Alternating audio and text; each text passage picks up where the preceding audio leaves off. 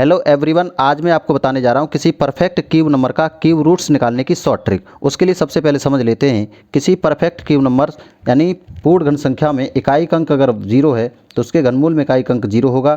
किसी पूर्ण घन संख्या में इकाई अंक 1 तो उसके घनमूल में इकाई अंक 1। किसी पूर्ण घन संख्या में इकाई अंक 2 तो उसके घनमूल में इकाई अंक 8। पूर्ण घन संख्या में इकाई अंक 8 होने पर उसके घनमूल में इकाई अंक 2। किसी पूर्ण घन संख्या में इकाई अंक 3 तो उसके घनमूल में इकाई अंक 7। किसी पूर्ण घन संख्या में इकाई अंक 7 तो उसके घनमूल में इकाई अंक 3। किसी पूर्ण घन संख्या में इकाई अंक 4 होने पर उसके घनमूल में इकाई अंक 4। किसी पूर्ण घन संख्या में इकाई अंक 5 है तो उसके घनमूल में इकाई अंक 5। किसी पूर्ण घन संख्या में इकाई का अंक अगर 6 है तो उसके घनमूल में इकाई अंक 6 होगा। किसी पूर्ण घन संख्या में इकाई अंक 9 होने पर उसके घनमूल में इकाई अंक 9 होगा। इसके बाद समझते हैं कि शॉर्ट ट्रिक से किसी पूर्ण घन संख्या का यानी परफेक्ट क्यूब नंबर्स का इस पर क्यूब रूट्स कैसे निकालेंगे।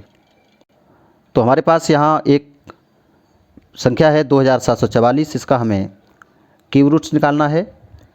तो ये जो शॉर्ट ट्रिक है वो हमारे 6 अंक तक की संख्याएं, 6 अंक तक की पूर्ण घन संख्याओं का घनमूल निकालने की है।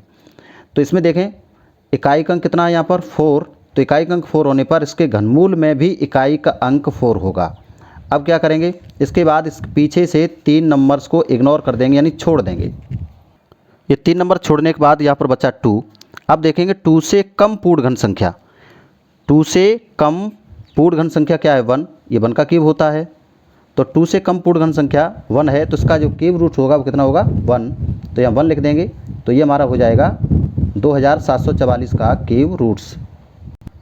अगला एक नंबर और लिया मैंने यहाँ पर 1,95,112 है, इसका हमें क्यूब रूट्स बताना है। तो सबसे पहले देखेंगे इसमें इकाई अंक कितना है 2, इकाई अंक 2 होने पर इसके घनमूल में इकाई अंक कितना होगा 8 होगा, घनमूल में इकाई अंक 8 होगा।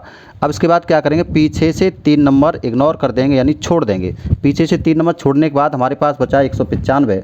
195 से छोटी पूर्ण घन संख्या देखेंगे, इससे छोटी पूर्ण घन संख्या होगी 125। 125 5 का घन होता है और अगर इसको 6 का घन करें तो ये 216 हो जाएगा जो 195 से बड़ा है। तो हम देखेंगे 195 से कम पूर्ण घन संख्या है 125, इसका घनमूल कितना हो जाएगा 5, तो यहाँ लिख देंगे 5, तो इसका दाहिक अंक हो जाएगा 5। तो ये आपका 58 यानी 58 इसका घनमूल होगा। इसी प्रकार से एक नंबर और यहाँ पर लिखा है मैंने, इसका हम निकालेंगे क्यूब रूट शॉर्ट ट्रिक से। तो इसमें देखेंगे इकाई अंक कितना है 9, तो इसके घनमूल में भी इकाई अंक कितना होगा 9 होगा।